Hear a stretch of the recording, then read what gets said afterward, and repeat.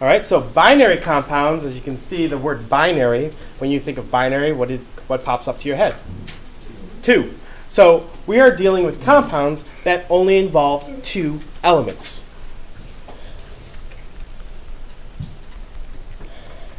Different elements.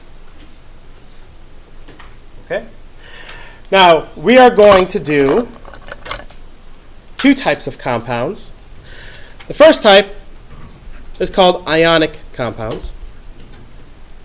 And the other one is covalent compounds. You've heard of these 2 words before? Yes. Right? There's actually a third compound, but we're not going to talk about that until much later. So, with formula writing, we're going to be doing rules that deal with ionic compounds and rules that deal with covalent. So let's first talk about what makes an ionic versus covalent different. Ionic is when you have a metal and it's bonded with a non-metal.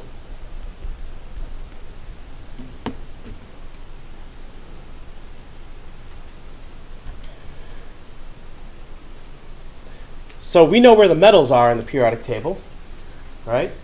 The metals are located over here, so if you take one of these and you bond it with one of these, then we have an ionic compound.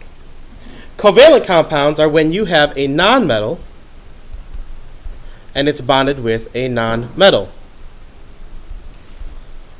2 nonmetals together. You might think of it as when you have 2 nonmetals, again, that's where that co comes from. Like cooperation or co-op.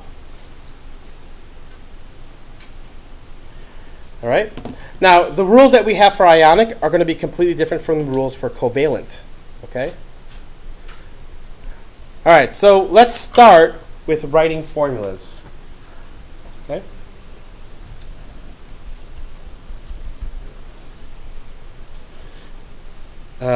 Actually, writing the names of compounds.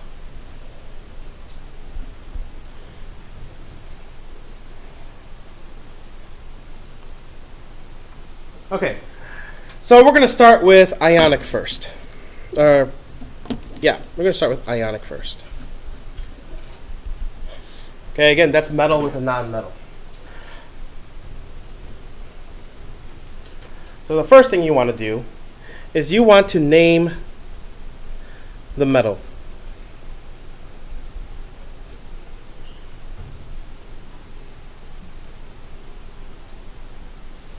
So if you saw Na, what's the name of that? Sodium. If you saw Fe, what's the name of that? Iron. Ca, calcium. Mg, magnesium. So the first thing you do is you name the metal. That's the very first thing you do. Now, the next part would be the nonmetal. All right? The nonmetal changes its ending to IDE.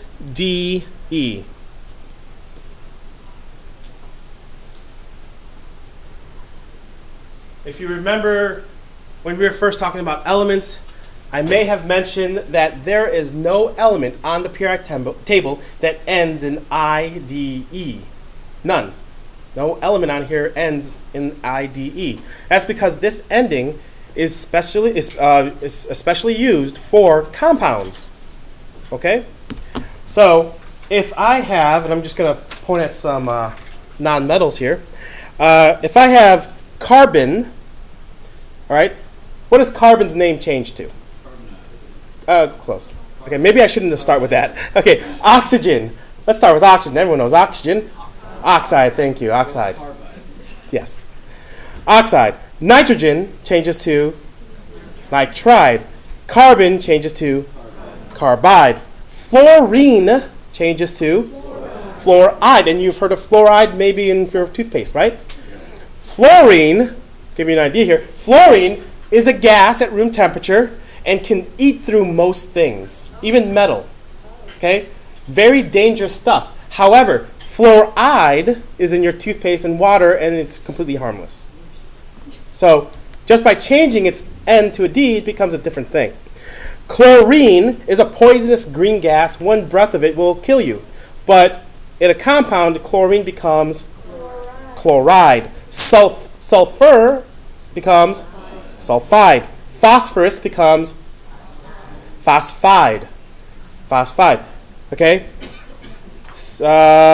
Bromine becomes bromide. Selenium becomes selenonide. Selenonide. And iodine becomes iodide. Iodide, yes. All of these, helium, neon, argon, krypton, xenon, radon, even though they are nonmetals, they do not form compounds. Because we call these the noble gases, and we'll talk about those more in depth, but these do not form compounds, so they are not going to be gone over. However, there's one more nonmetal that we didn't talk about on this side, hydrogen. Hydride. Hydride. That's it. Hydride. Okay? All right. So, just to make you even more confused, all right, sulfur is just regular old sulfur. Sulfide is in a compound. Sulfate is a polyatomic ion, SO4 minus 2. And then sulfite is SO3 minus 2. Do you notice how sulfite, sulfate, sulfide, they all differ by one letter, but they're all different, right? That's why spelling absolutely counts and why there's no partial credit. Okay? So, name the metal. Non-metal changes to IDE. Okay? Step 3. Leave 2 spaces. Step 4. Leave 2 spaces. Okay? We're not quite ready for those 2 steps.